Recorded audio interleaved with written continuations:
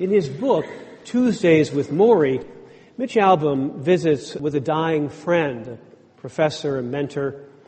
On one particular visit, Maury is very frail, in obvious pain. He asks Mitch to rub his aching feet with salve. When we're infants, says Maury, we need people to survive. When we're dying, we need people to survive. But here's the secret. In between, we need each other even more. Mitch nods and responds with a quote that he's heard Maury say many times. We must love one another or die. Maury loses patience with Mitch. Yeah, but do you believe that? Does it apply to you?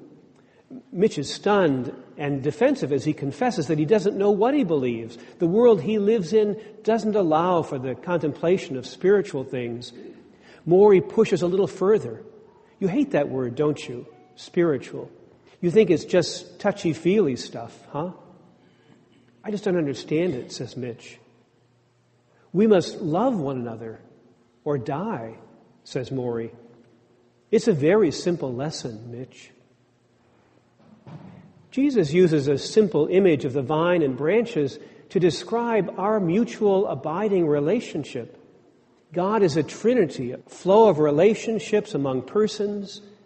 Just as a vine connects the nutrient earth with the fruitful branches, unless we are connected to God, there can be no life in us. When we love one another with the same love that loves us, we put flesh on God's love. If you've ever tried to untangle a grapevine, you know it's nearly impossible to separate vine from branches. Or to extend the analogy, once the grapes are crushed, it's impossible to separate the juice of one grape from another. When we bring the gifts during Mass, we put a drop of water in the chalice. It's impossible to take that drop of water out again. This simple action reminds us that by entering into our humanity, God is now forever connected with human life, and human life is forever changed. Christ is the meeting place between heaven and earth.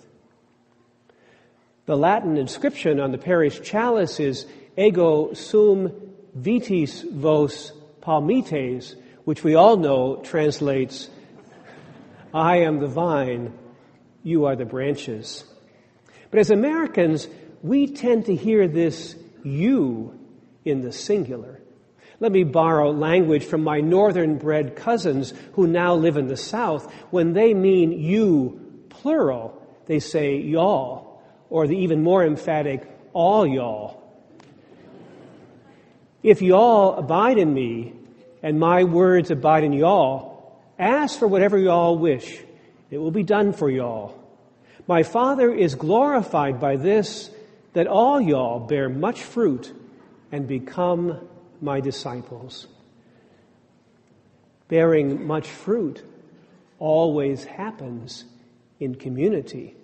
As the author of 1 John reminds us, by this we know that he abides in us. That's all y'all. By the Spirit he has given y'all. And what are the fruits of the Spirit? Love, joy, peace, patience, kindness, generosity, faithfulness, gentleness, and self-control. We see a powerful example of the fruit of the Spirit in the reading from the Acts of the Apostles. When Saul had come back to Jerusalem, he attempted to join the disciples, but they were afraid of him. In the verses just before our reading, Saul escapes an attempt on his life when he's lowered in a basket over the wall. But that doesn't seem to be the end of it. As we heard today, as Saul spoke and argued with the Hellenists, they were attempting to kill him. But then, curiously, at the end of the passage, Luke tells us, meanwhile, the church throughout Judea, Galilee, and Samaria had peace and was built up. 1 minute they're trying to kill Paul, and the next minute they're at peace. only by being connected to Christ is it possible to live with each other beyond differences, fears, and incompatibilities. Father Ron Rollheiser says that the kind of bond that withstands the test of time within marriage, family, civic community, and friendship is ultimately rooted in something beyond liking each other or working for a common cause, sharing a bloodline, a neighborhood, a house, or even a bed. Community means remaining connected even when we don't like each other, when we aren't attracted to each other, and struggle with hopeless differences. In his new apostolic exhortation, Gaudete et exultate, rejoice and be glad, Pope Francis reminds us, no one is saved alone as an isolated individual. Rather, God draws us to himself, taking into account the complex fabric of interpersonal relationships present in a human community. God wanted to enter into the life and history of a people. So intertwined is our relationship with God and one another that the author of 1 John declares in chapter 4, quote, "Those who say, 'I love God,' and hate their brothers or sisters are liars.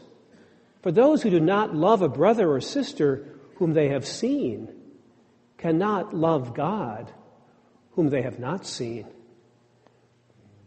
There is no us and them. In Christ, we are all connected. As Luke says in chapter 6, verse 20, the measure you give will be the measure you get back. How we treat anyone is how we will be treated. This past Wednesday, the United States Catholic bishops submitted an amicus brief to the Supreme Court arguing against President Trump's ban on migration from 5 Muslim countries, claiming it blatant religious discrimination. The bishops point out that the Second Vatican Council, in its document Nostra Aetate, insists that the Church holds Islam and Muslims in esteem. They argue that the mandate to welcome migrants is deeply rooted in Catholicism, citing scriptural passages in Exodus and Matthew 25. They quote remarks Pope Francis made on his visit to the United States, as well as statements Pope Pius XII and Pope John Paul II made about the need to welcome refugees.